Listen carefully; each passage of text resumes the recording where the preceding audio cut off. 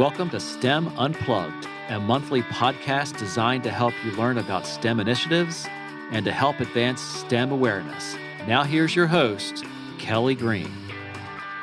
Thanks for getting connected. I'm so excited to be in the studio tonight with other people. We haven't had that in a while. So thank you very much for joining us for STEM Unplugged tonight. I'm your host, Kelly Green, the Chief Operating Officer for SciTech Institute, a collaborative nonprofit organization making STEM connections in Arizona and beyond. Tonight in the studio, I also have my team member, Claire Conway, who's working to build the Arizona STEM ecosystem, one hub at a time. Tonight, we're excited to have a variety of guests on to celebrate STEM hobbies. We appreciate you listening in to this broadcast of STEM Unplugged. Claire, would you like to introduce our guest tonight? Yeah, absolutely. I was so excited to invite you all to be on the show today. Joined in studio today, we've got Mike Savarese, who is an event organizer with the Southwest Maker Fest, as well as LeSenne from the University of Arizona Cooperative Extension.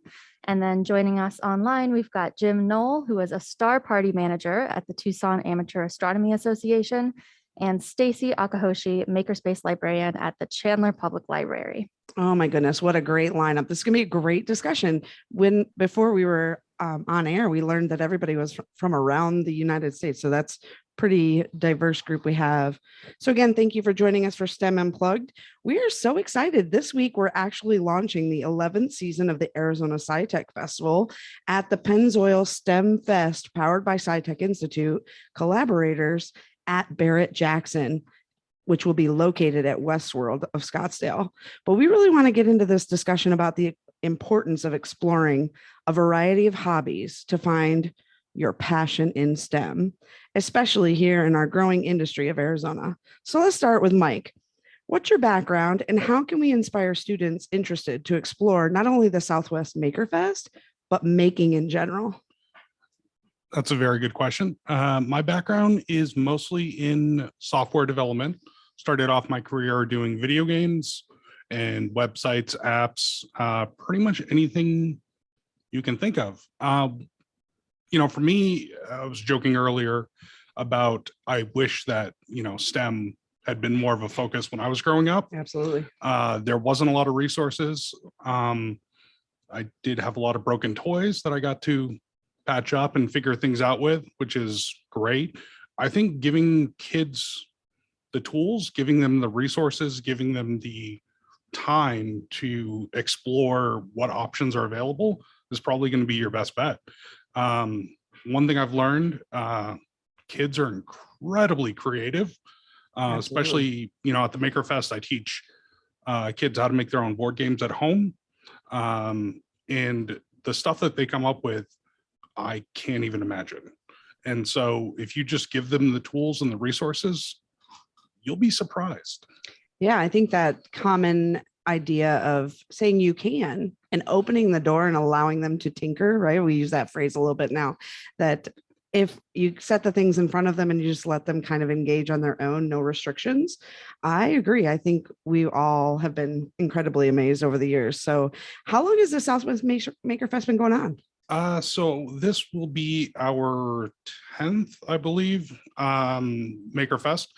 It's my 5th year working with the festival as both an event organizer, planner, and also exhibitor. For the previous 3 years, I've taught the workshop on making board games, providing kids dice and other fun options. So there's a lot of weird game pieces out there. Well, I remember seeing pictures of some of our chief science officers from Connolly Middle School, the Aspire Academy, were out there with Dr. Taylor. And I remember something with duct tape and they were designing all sorts of different things. So it really is for everybody, right? If you want to get out there and hands-on activities. I mean, absolutely. So one of our requirements is every exhibitor has to be hands-on, has to be interactive. Part of making is not just about showcasing. It's about getting people involved, giving them options, showing them what's out there. And we have, 40 plus exhibitors every year, and they are varied. We have robotics clubs, we have Legos, we have, obviously board games, kind of partial for me. We have, last festival, we had a binary adding machine that was like a big contraption that somebody had built. And so you Mm. could actually like put balls in and it would actually add up That's cool. and teach kids binary. T-shirt making, we have people that take old clothes and shred them to weave together. You name it, we kind of have it. We've also, worked with other organizations in the Valley that focus on teaching kids about technology, computer parts, printers, how to take them apart. So they were there last year. We had a tear down booth, which is a lot of fun because the only thing better than fixing something is breaking it, as we all know. And so, kids could tear it apart, see what the insides of pretty much every home device looks like, because that's how they're really going to learn, is to get in there, get their hands on it. I think that's a great segue to the Makerspace, right? Yeah, I know. I'm super excited to come check out the Makerfest this year. And I know SciTech was also, speaking of festival collaborations, really excited to work with the Chandler Public Library last year. So I'm curious, Stacey, what's your favorite part about the Makerspace? I don't have a good answer for that. She's like all of it. Yeah. I guess my favorite part of it is right now just being able to watch people access something like a laser cutter. We have a kind of a consumer-based laser cutter. It's a Glowforge Pro 3D laser printer, which can cut and etch. And it's a fairly expensive machine. And so it's been really fun to watch people just kind of explore, to walk in and not know anything about laser cutting and then be able to do something really cool. So sometimes people are just doing something as simple as etching names onto flash drives that they're going to hand out to their family members for these pictures of events that they were just at together, or things as complicated as recently an artist just put together the finishing touches of their exhibit for the Chandler Multicultural Festival, to make sure that their exhibit worked the way that they wanted to. So it's been really fun to watch people be able to know nothing about laser cutting and then leave with something that they actually created in our space. I think the really neat piece about that is that you're at the public library. And so the Makerspace, I'm assuming, is open to everyone that has a library card, right? Yes, it is open to anybody with a Chandler Public Library card. And as long as you live in Maricopa County, you're able to get a Chandler Public Library card. You don't have to live in Chandler, which is a question I often get. And one of the things about it is it's completely free to use. So you do have to bring your own materials to laser cut, but it's free to use our laser cutter here, and you're able to just kind of book an appointment, be able to come in. You'll take an online training, which some people say it takes 20 minutes. Other people will tell you it takes over an hour. So it depends on how deep you want to dive into things, on how you'll complete that training. And then you get to come in, you get to do those things that were just talked about that happen at Makerfest, but you get to do them in a public library whenever you want to. So you can dabble in at Makerfest and then show up at some of our different public libraries around the Valley, including ours here at Chandler Public Library, where you'd be able to actually do those things in our actual spaces. I love that you answered the fact that it's open to anybody in Maricopa County. But the other thing is people are not really aware of how cool the library is anymore. I mean, we talked about being a little bit older and, putting toys back together, but the idea that libraries are STEM locations now. So it's really, really cool. Yeah, absolutely. And we're just expanding. The more during the pandemic, I have seen over 3 more library maker spaces pop up. So within the past few years, we've just been growing and doing more. I remember last year during our online festival, thank you so much to your team. Chandler Public Library was a great supporter of those Zoom calls. So we did like over 250 during the whole month of February. That was crazy. But you also had the drones they can come in and fly. You had all sorts of cool things to showcase. We did the water beads and some really neat things. So I appreciate that. Another good friend of ours is Jim Knoll. We talked about getting out there. I think it's to the Chiricahua site. Is that how you say it? To check out the stars? Yeah, the Chiricahua Astronomy Complex. Yeah, unfortunately, you guys in Phoenix for sure know, and we're experiencing some of that down here in Tucson as well. Light pollution is hindering some of our science activities. And so we have to go to a little ways outside the city to be able to get some true dark skies. But our club does have a site really close, probably about 15 miles from the Chiricahua National Monument. And the skies are just incredibly dark out there. What And would we- you say is your favorite part about being an amateur astronomer? Oh, wow. There's so many cool things to look at in the night sky. You know, I don't think people realize, you look up with just your eye and you see stars. But with a telescope, you can see galaxies, nebula, star clusters, star nurseries. We'll look at Orion's nebula where there's baby stars. Now, the baby stars are several million years old, but they're baby stars. And there's just all kinds of cool things in there. And to just kind of tag on a little bit with what Stacey was talking about, down here in Pima County, we actually have a library telescope program. Oh. And so we are providing, and we have 6 out right now, we are providing some small tabletop telescopes for library patrons to check out. And they have been incredibly popular. They're just constantly checked out. They don't do a waiting list because the list would be long. So you have to just, but within a day, they're checked back out again. So they've been really good. That's incredible. What a great opportunity. So I'm curious, Jim, it says, you said your title is Star Party Manager with the Amateur Astronomy Association. Could you tell me a little bit about what that means? Star Party just sounds cool. Yeah, it does. It is. We're really active in our astronomy outreach. Pre-pandemic in 2019, we did 200 events a year. And so what we do at Star Parties, we do them at schools, we do public star parties, we support youth groups. But what we will do is we will show up with 2, 3, 4, 5 telescopes during a STEM festival or a science fair or something like that. And we will look at what's up in the night sky. So we allow the parents and the kids to look through it, and at public ones, anybody that wants to come to them. And it's a great opportunity to look at all the things I just mentioned, the really cool things that are up in the night sky. So we do a lot of those. When the pandemic hit, like most organizations, we had to figure out how to do virtual. And so we switched over to actually doing virtual star parties. And we hook up cameras to telescopes and we do it through Zoom. And we did several schools. We've done, 16 events since March of 2020. And they've been a huge success, because you think about it here in, if we do it in Tucson, we're only able to reach out to people in Southern Arizona. But once you go online, oh my goodness, you can, we've had people participating from all over the US and all over the world. And a lot of these people, they're either in light polluted skies or they have no astronomy club nearby. And so, they don't have a way to participate.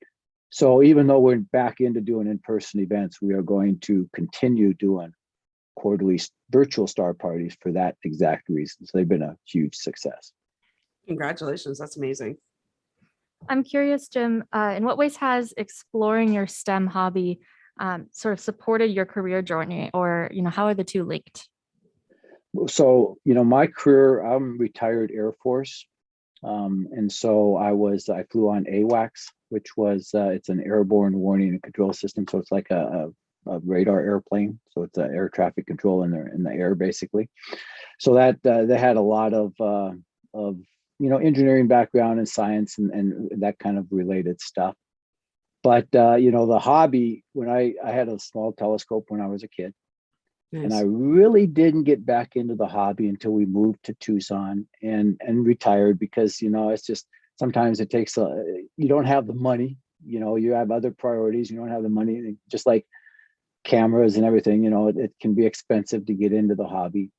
But once I got into it, then I really loved it, and I really enjoy doing the outreach part of it and sharing the astronomy, the wonders of the universe with people.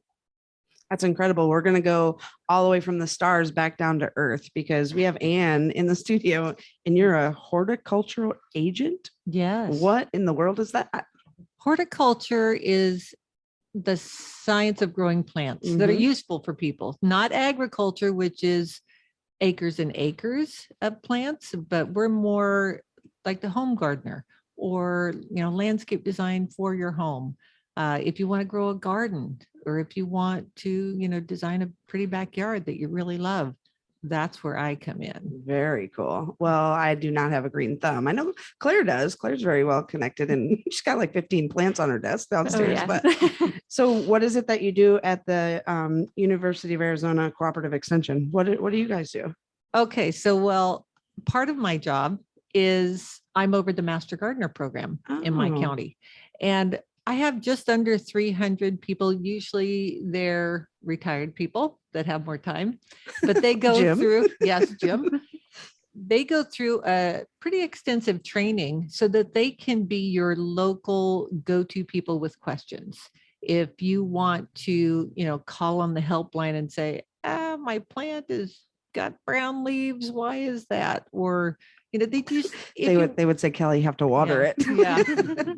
Yes. Well, I just had a lady that called me in. Well, she actually brought in some brown leaves off of her fig tree after the freeze. And I said, yeah, that's pretty normal for a fig tree. But just explaining that to them, because plants all like different things, Mhm. and we can grow a lot of them here, but they all have their own set of exposure that they like. Can they take the full sun, or do they need a little afternoon shade? What kind of water do they like? What kind of soil do they like? All these different things. It's all just science-based. Yeah. But if you really know what you're doing, you can create a really great space that you're going to love. So I love doing that. And all the food you can grow too. So that's fun. That's one of the things I love to do, is show people how to make pesto by going out in their garden and picking a few things and blending them together. And so I love eating, but that's why I love Daryl. growing things. Yeah.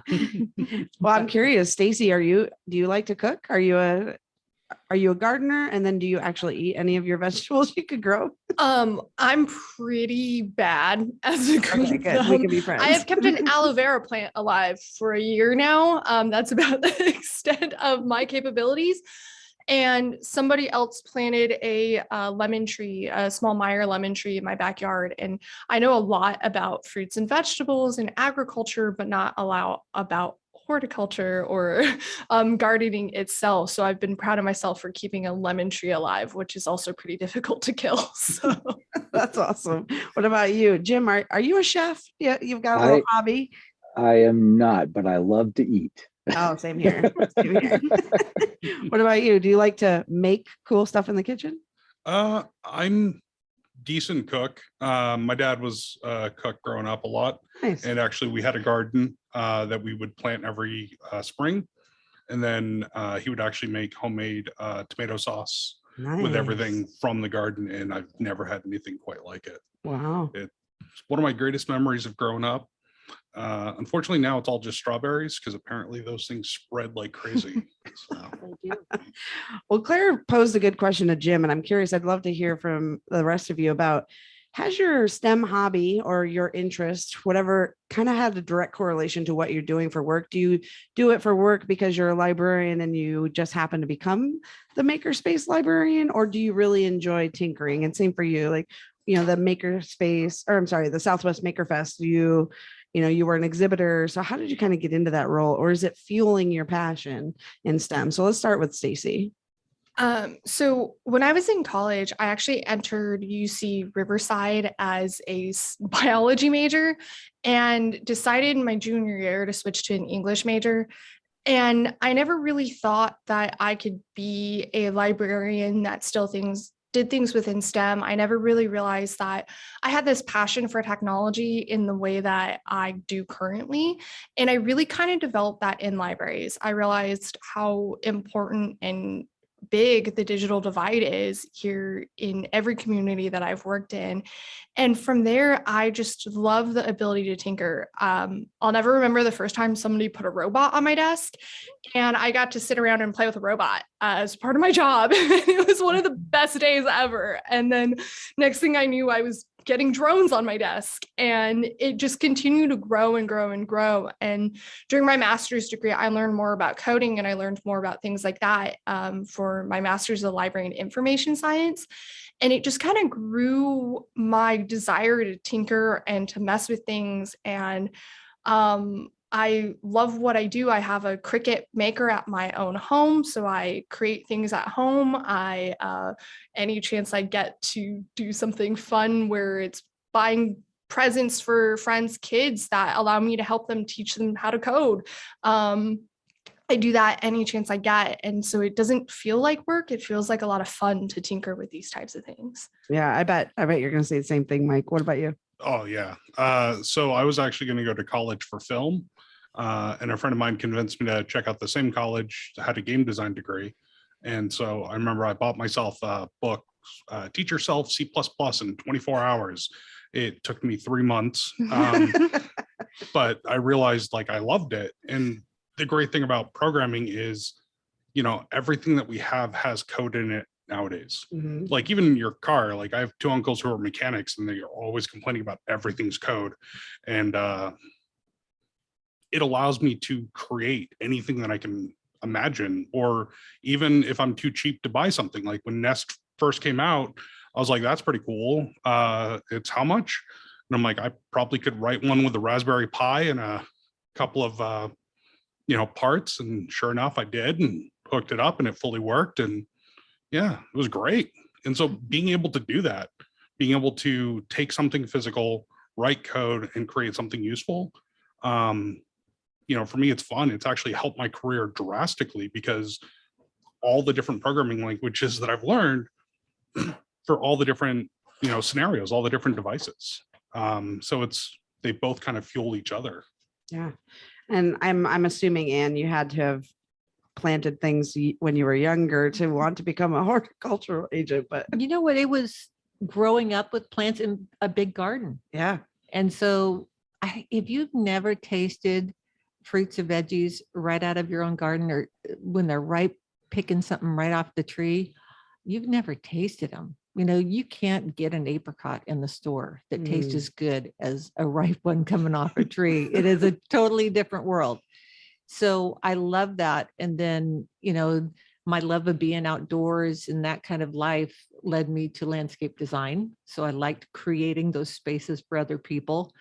But then, the science of it all is what really hooks you, because it's so interesting. You're always learning. I'll never learn it all, never, ever. And so, I started learning about trees and they're incredible and all these different plants, and everywhere you travel to, I'm going, ooh, what's that plant?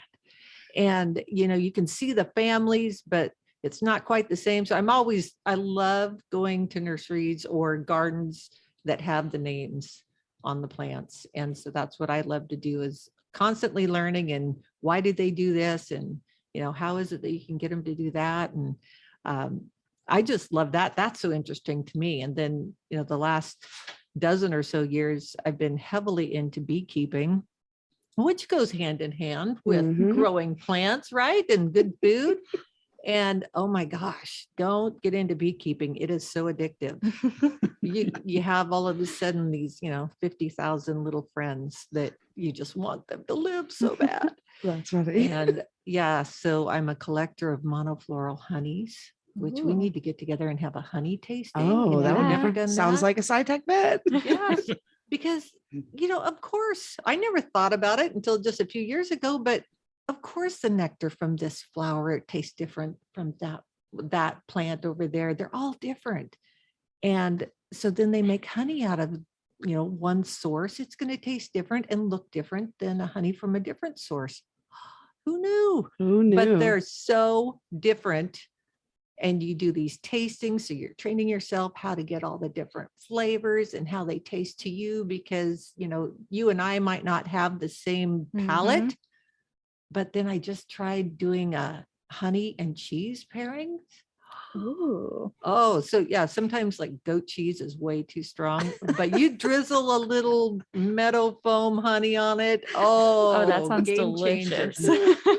I don't like goat cheese. I know it's too strong, but I'm telling you, you would be loving me after I drizzle a little bit of that honey Okay. on there, and you'll be, oh, give me some more. I love that that's another hobby that's become addicting, because, again, feeling this passion. And, if you had to think to yourself, man, when I was an 8th grader, what would I want an adult to say to me to kind of open my eyes that You don't have to do what your friends are doing. If you like it, do it. Because I've worked with so many, used to teach 6th grade math, and just some of my, adorable little knuckleheads would do whatever their friends were doing. And they really just wanted to do their math. They enjoyed doing the puzzle games, and they enjoyed being in my class, but they were just kind of with the wrong crowd. So I'm curious, Jim, what would you say to your 8th grade self? Oh, wow. I would say exactly. I mean, I would say, just reach out, try to take on something that, that is outside your comfort zone, and see if it's something that appeals to you, and try different things. There's a couple of different career paths that I thought would have been really cool to be able to do, that I probably just, I didn't, when I was choosing where to go, I didn't, have any exposure to that growing up. And so I didn't even think about going down that path. One of the things, and that's one of the things I really love about doing astronomy outreach, is the fact that you have an opportunity to influence somebody young, and either choosing a science career path or a hobby, early on. We do star parties up at the Grand Canyon every year. And this is probably about 7 or 8 years ago. I had a 10-year-old boy, and he looked at Saturn through the telescope and saw the rings and the planet. And he went running across the parking lot, shouting at the top of his lungs, "I saw Saturn! I saw," and he drug his whole family back to the telescope. So I know that made an impact on that little boy. Oh, that's amazing. What about you, Stacey? I'm sure you see a lot of a variety of students and adults at the library, but what would you say to your 8th grade self? Yeah, I actually work with teens a lot here, and I don't know what I would say to myself when I was in 8th grade. I guess I would say just make sure you have more fun and you're more willing to explore new things. I was always so serious, like all the time throughout high school and throughout junior high. And I was in every extracurricular and did all those different things. And I did all that with a thought that I wanted to become a neurologist one day. And I guess it would just be like, it's okay to do other things. I mean, I also volunteered in the library, and at the time, never, ever would have thought I'd become a librarian. And I literally laughed at the first person who ever told me to become a librarian. So maybe also don't laugh at people trying to give you career advice. And be open to that type of advice.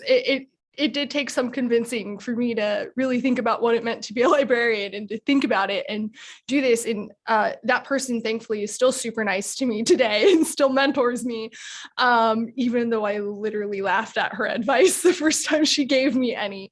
But I guess it's that. It would be more open, be willing that even when you do become a librarian, to play with that robot, to explore those different opportunities, to be able to look at something like Makerfest and think about how libraries can fit in, or SciTech Festival, and take these opportunities. And so I think in 8th grade, just really, I know you feel like you're on top of the world when you're young, but continue that. Remember that you can still explore, you can learn something new, you could always try something new, and you never know where it's going to lead.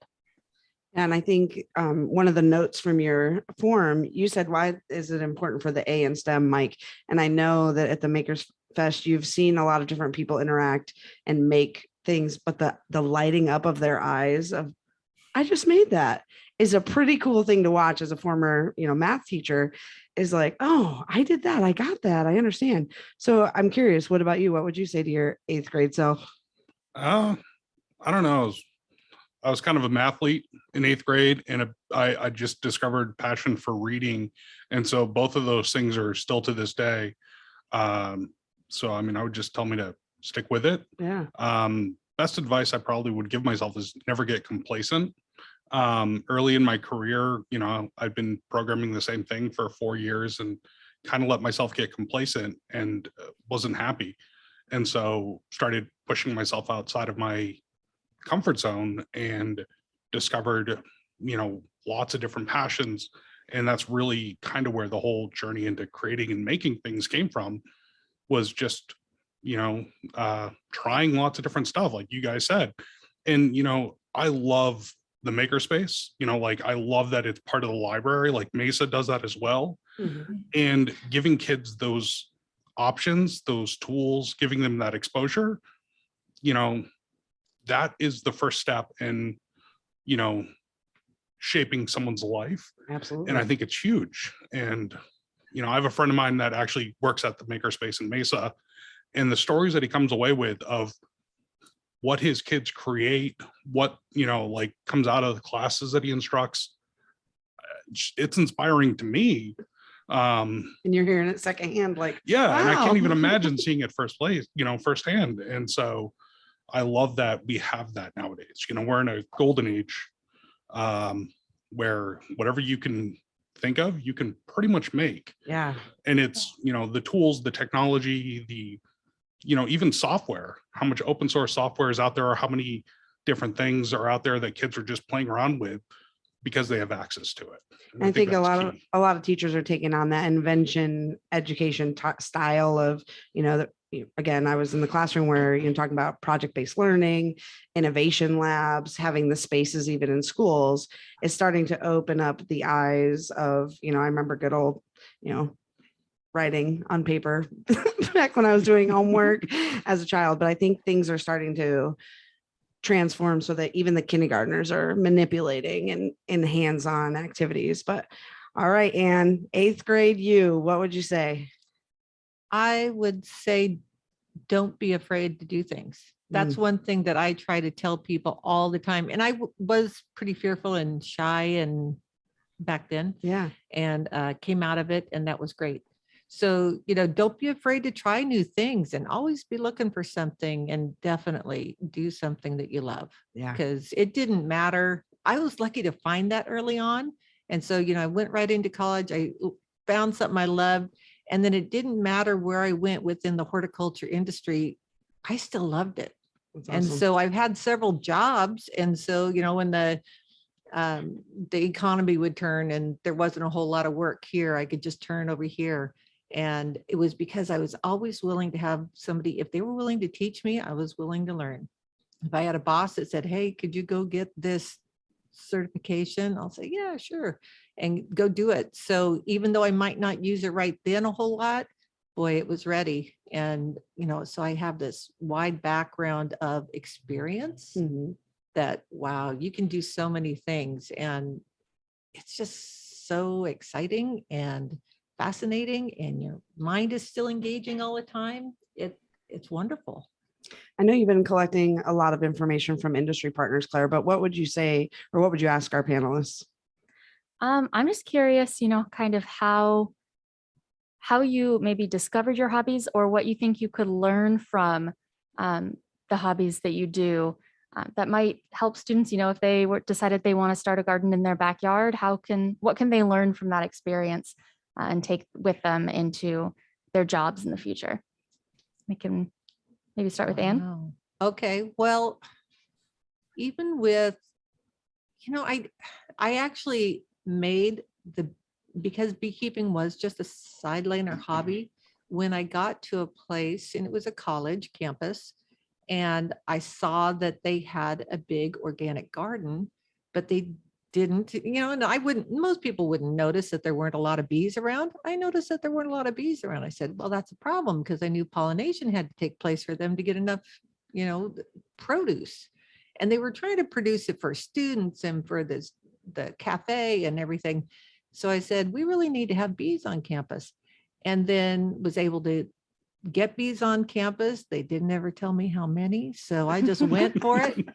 And No restrictions. Yeah, never told anybody what I was doing. Just kind of, we did it, and it was so popular, and so many people were excited, and they wanted to come see, and they wanted to volunteer. And I've trained, and then they said, oh, can you make a class around beekeeping? And so I did, and we've had so many people that have just had it's really the most fun class you could take. Oh yeah. Because it was hands-on in the bees, and they're a little bit scared at first. You Oh, can I would see them be. all standing there, The big net Yeah, over the- your head. yeah, all the PPE on, and they're just worried about it. But yeah, by the end of that class, they're in there telling me what everything is. Oh, there's the queen, there's the drone, and here's the baby bees, and they can identify it all, and they know how to manage these hives. And it's, that's an important thing, because it's not easy. And we have so many things attacking bees that are trying to kill them, all sorts of viruses and Africanized bees and make them just angry. So it's a really good hobby that's also making the world a better place. Yeah. So yeah. Maybe fear too, right? Of just get in there. I don't know. That'd be the one thing I'd learn. Yeah. What about you, Mike? I mean, I think one of the biggest things, like a lot of us have touched on, and you mentioned as well, is don't be afraid to step outside and do something different. I'm one of those people that I will know absolutely nothing about what I'm walking into and still go in there because I figure at the least it'll be fun, or I'll get a good story out of it. Case in point, a couple of years ago, I decided to try improv comedy. Oh, I love it. And it was a lot of fun. And what's interesting was I didn't realize how much that helped me in work. So like the idea of active listening and the idea of, building off what someone said before you and never saying no, those lessons help me every single day at work, especially in meetings, and making sure that everyone's contributing, it's a team, working together. And that all came from improv. I just wanted to be funny. Yeah. And, here I was trying to, use it for work. I wish they paid for it, but still working on that one. I got the receipts. But, you never know what you're going to get out of it. You never know what you're going to find. I mean, when I was talking about my path, I was going to go for film. Right. And it was a friend of mine said, well, you like computers, which again, this was a long time ago. So that was pretty much all there was computers. There wasn't specialties or anything. She's like, check out games. And I was like, okay. And that set me on the path to where I am now. And I couldn't imagine doing anything else. I love what I do so much. And it's so much fun every day. So, yeah. I think, Jim, you mentioned a little bit about a military connection that you had. And of course, you had that telescope when you were a child. But what are those skills that you would mention? Yeah, it's the neat thing with astronomy is you can, start off small and just slowly grow as a hobbyist or as a professional. So, what I found probably most prevalent when I was doing astronomy, you look up in the night sky and you just feel pretty small in the big scheme of things. And maybe all the problems you have aren't all that significant, and you can figure out ways to work around them and be a better person. But the cool thing is you can do that, you can do astronomy with just your eyes. You can just go outside and lay back and just watch the stars. You can look at the constellations. You can make up your own constellations. Great family activities to be able to do stuff like that. But you can grow it as you need to.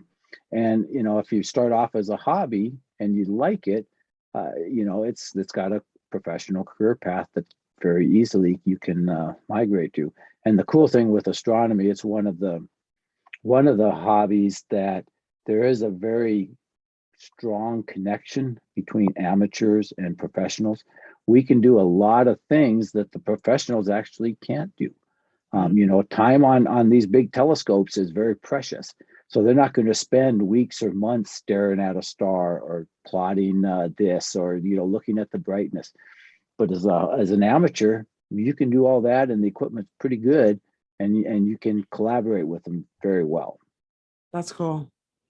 Great points. I love the fact that everybody can lay on the ground and look at the stars. That's kind of our theme this year for the 11th year of the SciTech Festival is I'm a scientist, because everybody can walk outside and, oh, look, there's a tree. What kind of tree, right? You can learn different things, or, even turning on your phone, technology, right? Because some generations, they're like, what is this thing? I'm like, this is better than the computer I had in 8th grade. This is crazy.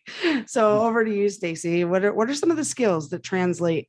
I mean, you've had a pretty diverse background yourself, but are there certain things that you've picked up at work that you think or from your hobby that led to a strong work ethic? Yeah. I just think that ability to explore, just kind of like everybody has said, as Jim was just talking about astronomy, I just thought about one of my favorite memories so far in Arizona was there was some meteor shower happening at some point, and I was tracking if it was going to be cloudy that day or not. And so I found out it wasn't going to be that cloudy that night and I could possibly see it happening. And so I got in my car. I was very new to Arizona and started driving to places that there were less light pollution. And so I ended up in the hills somewhere. She's like, I don't even know where. I don't even know. GPS lost signal. Yeah, I mean, and there was just astronomers and people with telescopes lining the roads. And that's how I knew I was in the right spot. So I got out of my car and just decided to look up, see what would happen. And it was such a cool memory. Like I ended up, I don't know, I was standing near some bushes and I kept hearing something moving in the bushes. So I ended up leaving. Again, new to Arizona, that's a rattlesnake. No, it's not. Yeah. And I'm like terrified of spiders. So I was like, this better not be a tarantula. So although I know they're very friendly and gentle, but No. I would have screamed and disturbed every astronomer along that road. It was such a cool experience because I got to see this really cool thing in Arizona and it was so easy to just try. And I didn't see much because I wasn't out there for very long and I was probably too impatient to do this thing, but it was just such a neat experience and something I'll never forget doing. And I ended up driving around like Fountain Hills and like all these other places that I never knew existed because I was so new to Arizona. And it was such a cool experience. The drive was amazing. I actually did that same drive during the day and another time just to see what it was like. The scenery was incredible. But yeah, just that ability to explore, that willingness to actually see something through. So I saw a few stars that night and it was really awesome for me. But one of the things I harp on so much when I'm working with kids and teaching classes, or even when I'm working with adults or other people, is that I would tell them that just finish something. Start it and finish it. And even if it's something small, you can build off of that small thing and you can do more. So you can get in a car and go look at some stars one day. And then the next thing you know, you could be buying a telescope or you could be outside. I so often now will just go outside when it's cloudless at night and just stare up at the stars because I'm able to do that out here near where I live. Whereas when I was living in California, it's not as easy. And so just, start something and see it through at least to that very basic step. See one star, create one 3D print that will work no matter how small it is. It could be, for all I care, a sphere. But hold that thing and think about it and then continue to explore if you're interested in it. And if not, you did it once and you completed something. And that's so incredible. And I think that for me is something that I learned in my hobbies. And sometimes I'll start designs that I'm going to do on my Cricut, and then I won't actually print them because I'm so stuck in the designing that I'll design them for months. There's something that I started in July and I'm still working on, and I've been working on it like every weekend. But I'll eventually just tell myself, nope, you just have to print it.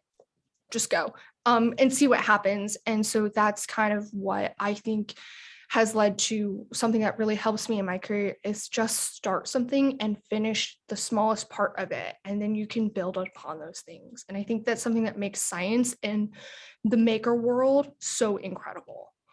That's great advice too for educators out there. If you're listening, start and finish it, but it doesn't have to be the whole thing, It doesn't right? have to be perfect. It doesn't have to be perfect. Failure is an option. Just fail fast, fail forward, fail often, and fail smart, and do it again, right? So that's kind of how I'm going to ask you to close tonight. I want you to share how people can get in contact with you. If you want to share a website address or an email, but I want you to address one misconception about your STEM hobby. So if it's coding or if it's gardening, right? Looking at the stars, maker stuff, or 3D printing, what's one common misconception you'd like to dispel the myth? Like, I'm going to say coding is hard. I don't know. But the idea is what is that one misconception you'd like to address? And then how can people get in touch with you? Let's start with Mike. Only one. Only one. I honestly, like, I still feel like even in this day, most people look at what I do as like voodoo or dark science. And like You're in the basement. Yeah, like, I don't know, maybe movies and TV have ruined it, but biggest misconception is that it's hard. All of programming, all it is logic. And that's what it comes down to. Yeah, you have to use funny, weird words and syntax and things like that, but that's just so that the computer can understand the logic. And just like anything, you can pick that up. And if you get it wrong, luckily the compiler will most likely tell you why you got it wrong. But start small. For every single programming book, you know what the first thing they teach you in any new language is? To print out the words "Hello World." That's it. That's the simplest thing that you can do in every single language. But it really shows that, like, it's simple. Like, you can get started. Yes, it can get complicated, but just dive in. Don't be afraid to fail. And who knows where it'll go. It's not for everyone, but you won't know unless you try. And take it from someone who tried and loves it. I would highly recommend it. And how do they find out more about the Southwest Maker Fest? So Southwest Maker Fest, it's going to be our next one is next month, February 19th. You can go to visit us on Facebook or our website, southwestmakerfest.com or Southwest Maker Fest on Facebook. Feel free to check it out. If you want to exhibit, if you have something cool, you can apply on there. If you want to volunteer, we have people helping run the day of the festival. If you're interested in helping be part of the planning committee, you can reach out to us on Facebook. It's all volunteer driven. It's all donation driven. And it's really kind of a bootstrap festival by people that are just passionate about sharing with the community and giving them, ideas, inspiration. So come join, be a part of it. It's a wonderful experience. This will be my 5th year being involved. And I'll keep doing it as long as I can. I love it. What about you, Ann? What's that one misconception and how they get in touch with you? Okay, you don't have to have green thumbs to grow. Okay. I know. Yeah. Yes, Anybody can grow She's fibbing. anything. Yes. And you just need to know what that plant wants. Good point. Really. You just need to know how to make it happy, what soil it needs, how much water it needs, what sun it needs, and you'll be able to grow anything you want. So, you can come learn from us. You can learn online. There's so many resources out there. So anybody can grow their own food if they want, or they can make a beautiful landscape and have exactly the kind of outdoor living that they want. So even here in the desert, you can grow so many fun things. I'm trying a lot of new things and it's really fun for me. So if you want to get a hold of me, you can look either online at extension.arizona.edu and then of course look for Pinal County and you'll be able to find me there. Or I do have an Instagram where it's Pinal Cooperative Extension Garden and Landscape. You can follow me on there. Or we'll be out at the Pinal County Fair here in March. Yay. So you can come by and I will be giving demonstrations and talks and handing out good things. So yeah, you can come by and meet me in person and I'd love to get to know everybody. That's great. All right, Jim, what about you? Aliens.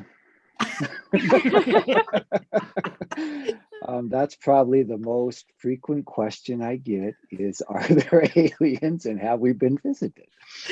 And I tell them, first of all, space is big. The nearest star to us is over 4 light years away. So you have to have either some incredible technology or be able to fold space to be able to travel around the cosmos. Now, I also tell them, as we're looking at galaxies that are millions of light years away and have hundreds of billions of stars, that I firmly believe there is probably other intelligent life in those galaxies and on planets. They just probably either don't live long enough or they just don't develop the technology to come visit us. Most of the time, when we look to a telescope, we see something zipping through it or something, you can explain what it is, what it is. I've never been able to do a freeze frame and actually see the Starship Enterprise in there. But if I do, then I will know. But that's probably the biggest misconception is most things can be explained by science and by understanding what you're looking at. And again, we're kind of small in the big scheme of things. So there's certainly other life out there, I'm sure, but it'll be hard to visit us. As far as contacting us, we have a great website, TucsonAstronomy.org. There's a calendar there. If you're in the Southern Arizona area, come check out some of our star parties. If we have virtual ones as well. The next one's coming up on February 19th, I think it is. And so come check that out, and you can we'll stream it live to our Facebook page. For Facebook, it's just search Tucson Astronomy. We also have a YouTube channel. Again, search Tucson Astronomy. All of our virtual star parties are on there. So if you ever want to, if you're bored and want to do some stargazing and from the comfort of your computer, come check us out. That's great, Stacey. I think you should travel to Tucson and go visit Jim. I definitely want to. Nothing like a live star party. She's like, There you hey, go. Exactly. I'm a 2-timer. Yeah, that'll be the second time I go actually try to stargaze. I guess for me, the biggest misconception about being a maker is that you have to feel very creative or like an artist. You don't. I would not consider myself an artist. You do not want to see me draw anything. I am not a graphic designer, but I can design some things on softwares and do things like that. But nobody would hire me as a graphic designer. So you don't have to be the most creative person in the world to be a maker. It could be anybody, and anybody can create anything. You do not have to be an artist. You don't have to be good at drawing. You don't have to be good at any of that. You can do this. And that's, I think, the biggest misconception about being a maker is you can pick up a Cricut and you can cut a triangle and you can decorate something with that. And that's okay. We all have different capabilities, but that's kind of what I think the biggest misconception is about being a maker, is that you don't have to be making artisan breads. You just can make something. Yeah, that's great. What about contacting you at the library? Yeah, chandlerlibrary.org. There's a contact us, or I think it's a ask us form. If you fill that out and let them know you're interested in the Makerspace, or the Makery is what we call our Makerspace here, they'll forward that email to me. And that would be the best way to contact me. Excellent. Well, to our listeners, we encourage you to get involved in the STEM community. Maybe you are an industry professional seeking ways to make an impact on the lives of others, or maybe bees, but need an opportunity to share. Maybe you're a student searching for a mentor and not sure who's available. Maybe you're a community collaborator hoping to meet the right people to join the Southwest Maker Fest or another SciTech Festival event in your community. We want to help you get connected, and we want to encourage everyone to kind of consider hosting an event, doing a showcase, having a tour, STEM career panels, STEM hobby panels, and so much more. The 11th season of the Arizona SciTech Festival does start this weekend and continues through April. So make sure you get connected with these amazing individuals. So we want to definitely say thank you to Mike, Jim, Stacey, and Ann for being guests on our show tonight. And thank you to all of you for joining us and listening in to this episode of STEM Unplugged, exploring STEM hobbies in Arizona and beyond. We appreciate all of our guests for being on the show, and to my teammate, Claire, for supporting these connections. If you would like more information on ways to volunteer or support an organizing event, let us know. You can check out our website, scitechinstitute.org, and complete the Get Involved form. A quick shout out to all educators, students, and families, and our community collaborators joining us this weekend for the ribbon cutting of the 11th season of the Arizona SciTech Festival. We look forward to celebrating STEM with all of you this season. We appreciate all of your enthusiasm tonight on the show. To our guests, thank you to all of you for listening. This is your host, Kelly Green, and we would be glad to discuss how you can get connected. Thank you for joining us for this episode of STEM Unplugged. We encourage you to get involved in the STEM community and stay connected at scitechinstitute.org.